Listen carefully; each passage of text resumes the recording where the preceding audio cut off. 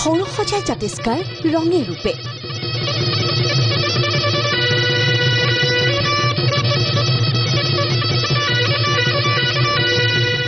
নাচনী ঢুলীয়াৰ গছকত কপিছে সৌৰসজাই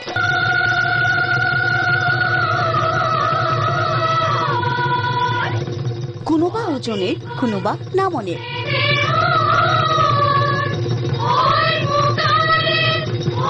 হাজাৰ হাজাৰ নাচনী ঢুলীয়াৰ কোনোবা কোচ কোনোবা ৰাভা অথবা কোনোবা আকৌ বড়ো মিচিং তিৱা কাৰ্বি অথবা সোণোৱাল কছাৰী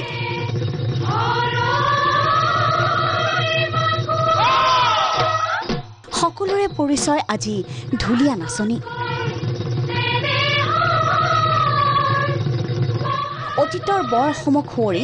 তেওঁলোকে বিহু নাচিছে জাতীয় গৌৰৱক লক্ষ্য কৰি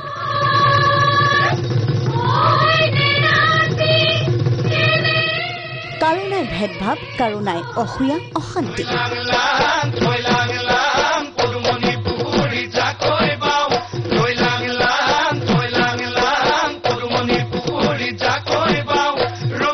খুবেই ভাল লাগিছে আমি ডিব্ৰুগড় ডিষ্ট্ৰিক্ট পৰা আহিছোঁ আমাৰ বহুত দিন হ'ল আমি প্ৰেক্টিছ কৰি আহিছোঁ এই অনুষ্ঠানৰ কাৰণে বিহু নাচ গানক বিশ্বজনীন কৰাৰ লক্ষ্যৰে আয়োজিত এই অনুষ্ঠানত এওঁলোক যোদ্ধা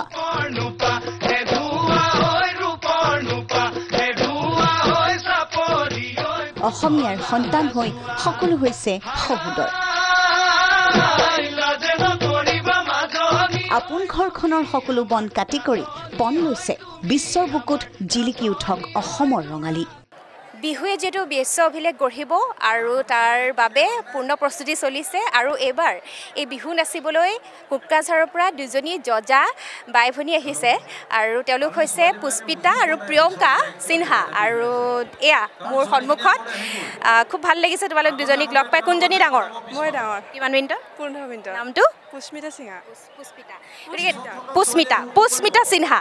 কেনেকুৱা লাগিছে ইয়াতে তোমালোকৰ যিখিনি প্ৰদৰ্শন কৰিছা যেহেতু বিহু নাচিবা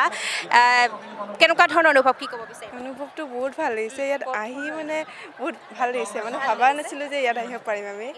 হয় এনেদৰে কোনোবা যমজ ভনী অথবা পৰিশ্ৰম কৰি খোৱা সকলো আজি ব্যস্ত অসমীয়াৰ পৰিচয়ৰ ধ্বজা